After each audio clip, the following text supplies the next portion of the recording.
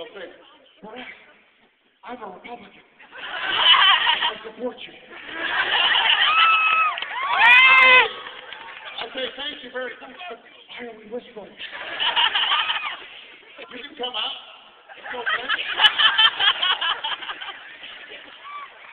Now, part of the reason that we are seeing these enormous crowds is because, let's face it, people are sick and tired of George W. Bush and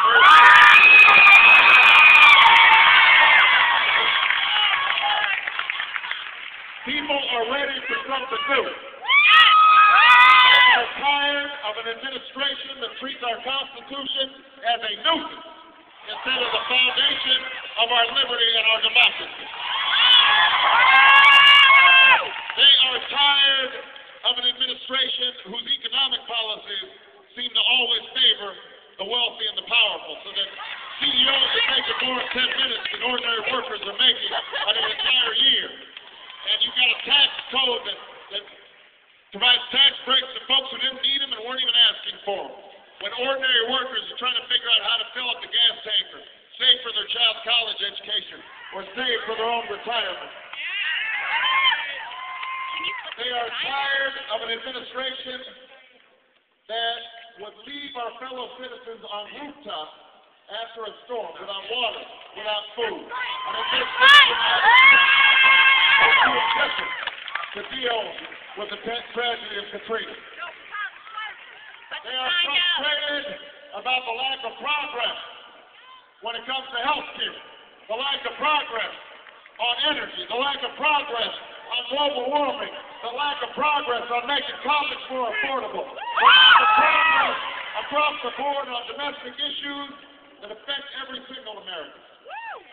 But most of all, people are sick and tired of a war that should have never been authorized and should have never been waged.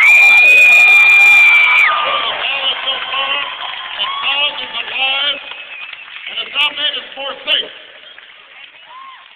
but has fundamentally diminished our standing in the world. So it's no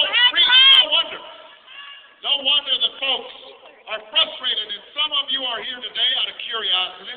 Some of you are here out of the fact that it's a gorgeous day.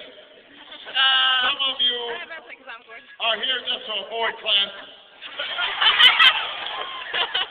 Some of you are here to react George Bush and the way George Bush. But that's not the only reason you're here. Part of the reason I think people are coming out is because people want a sense that we don't just have to be against something, that we can also be for something. Particularly young people I meet around the country, they're tired of the pettiness and the trivialization of politics. They're tired of the notion that somehow we are inevitably divided between red states and blue states, that partisan battles are the only thing that can take place in Washington. People want a sense that somehow we can still rally around a common purpose, that we can recognize ourselves as Americans and rally around a common destiny. People want a sense that we can be proud of being Americans and we can get things done again. Of the United States of America. That we can make wonderful things happen in this country.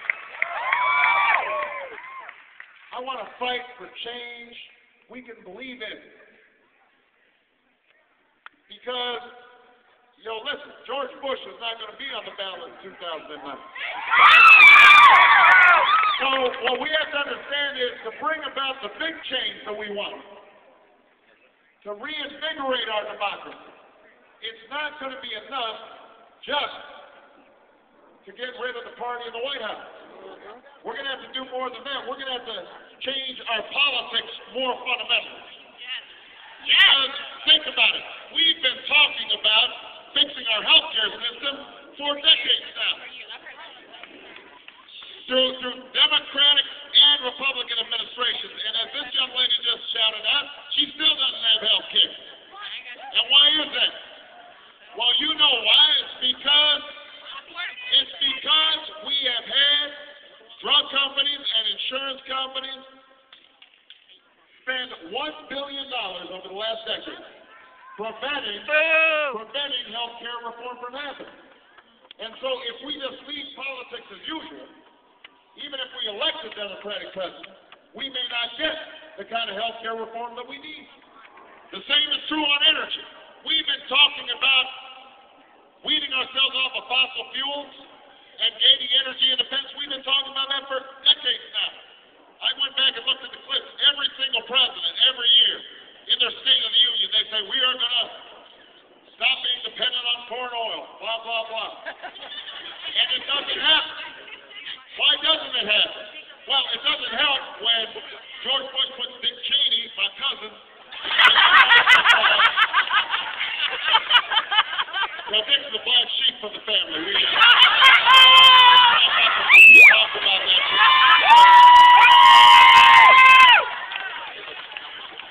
But it doesn't help when you put Dick Cheney in charge of energy policy, because then he meets with the environmental groups once, the renewable energy groups once, and then he meets with the oil and gas companies 40 times.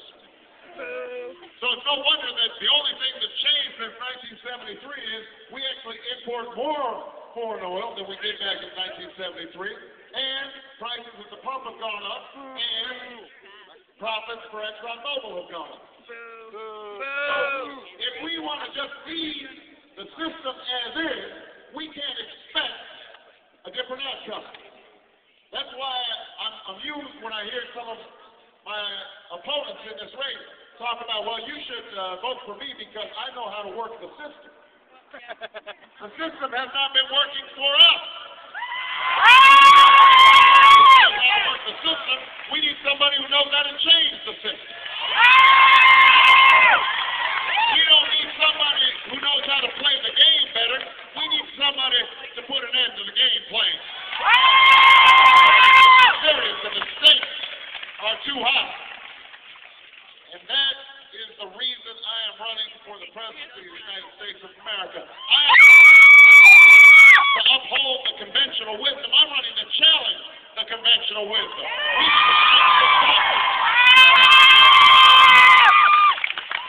create a new way of doing business. A new future for America. We need people in Washington who are thinking about you. Even though you don't have a lobbyist, even though you don't make a big campaign contribution, that people are still representing you in the critical battles that we have to fight in order to secure a better future for our children and our grandchildren. Yeah, now, it's easier sometimes to remember this when you get out of Washington. You know, the best trip I've had on this campaign so far, I went out to Oakland because the Service Employees International Union, SEIU, had organized each presidential candidate to spend a day standing in the shoes of one of their members. And so I went out there and I woke up at 5 a.m. in the morning and I went over to the home of a 61-year-old home care worker named Pauline Beck. And when I got there, she was fixing breakfast for 2 foster children who she's taken in because they don't have a family of their own. And after fixing them breakfast and getting them dressed for school, she then went to the home of an 86-year-old amputee who every single day, that's her job, she goes over there and takes care of this gentleman. She helps get him out of bed, helps him put on his prosthetic leg, changes the soiled laundry, fixes him breakfast, cleans the house. So this is what I did that morning. I scrubbed the floors, I did the laundry, fixed breakfast. My wife couldn't believe it when she heard me. We have it on videotape.